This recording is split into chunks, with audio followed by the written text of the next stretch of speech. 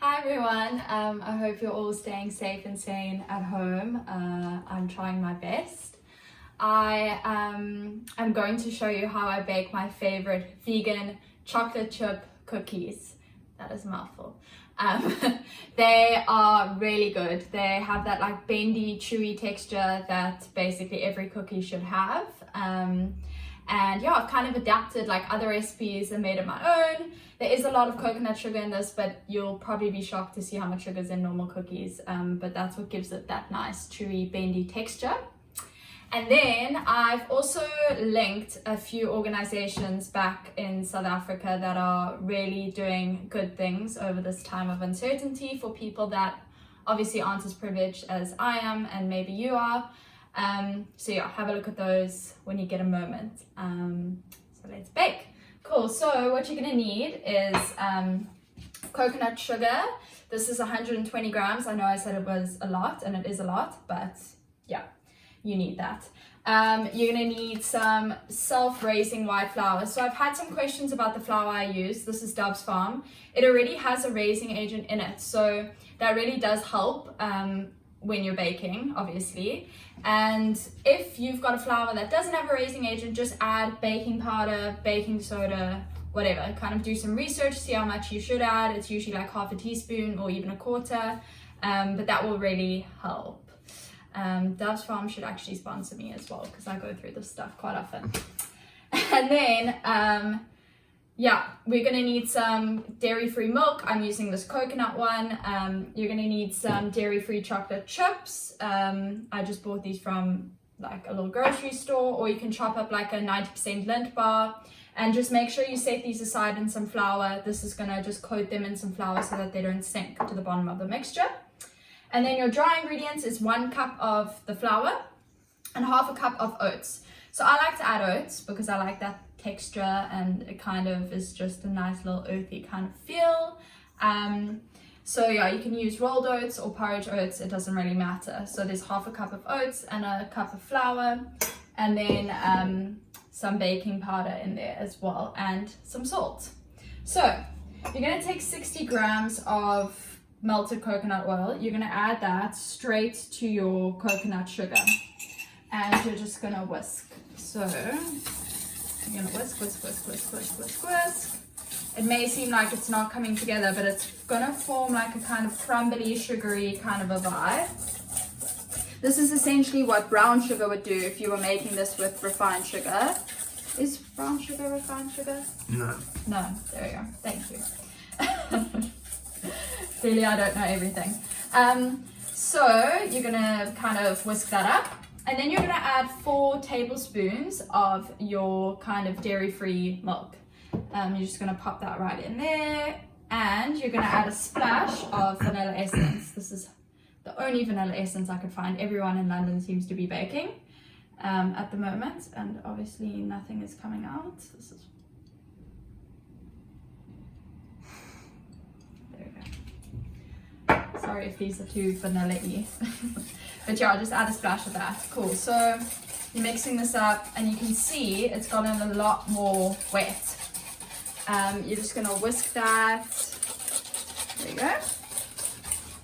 Till it's all nicely combined.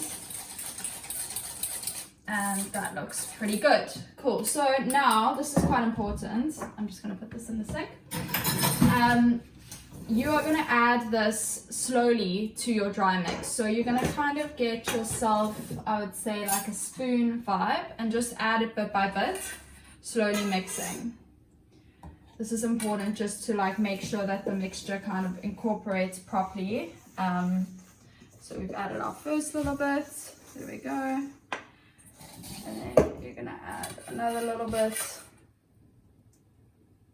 And this is kind of going to form your cookie dough essentially, eventually. Cool, you can see it's starting to slowly come together. And I'm gonna add the rest of this in now. Give it a nice scoop, make sure you get all of it in. Add it over there. Cool, now you're gonna give this a good mix. This should eventually form a kind of very sticky, doughy kind of a vibe. As you can see, it's forming like, yeah, essentially a cookie dough. The best part about this as well is that there's no eggs, so you could eat this raw, but yeah, I wouldn't advise that because you'll probably start to feel sick. Okay, cool. So you've probably noticed that I haven't told you guys to put your oven on. This is because we're going to chill this dough in the fridge for 30 minutes. This kind of brings out the flavor a bit more, and it makes the dough a little bit more work with the bowl, because later you're going to kind of shape it and bake it. So yeah, here's our chocolate chips. They've been chilling in some gluten-free flour. Just going to add a few of those. Some flour goes in there with it, just to thicken up this mixture again, because that's going to make it a lot easier to work with. I would maybe just put like a tablespoon of flour with your chocolate chips, and then you can just chuck it all in. And yeah, so let's just bang that off. Oh, this is very sticky, but that's good. So if you want to have a look, that is kind of what your mixture should look like a big dough ball kind of a vibe. So that's going to go in the fridge for 30 minutes, and we'll pick up from there. Cool, so I've taken my dough out of the fridge. It's been chilling for 30 minutes, and my oven is on 180 degrees Celsius. So you're gonna need to line a baking tray, and you need your dough, obviously, and a tablespoon. Is this a tablespoon? Yes, it's a tablespoon. Okay, so you're gonna take some flour, and you're just gonna rub it on your hands so that your hands kind of are able to deal with the dough a little bit easier.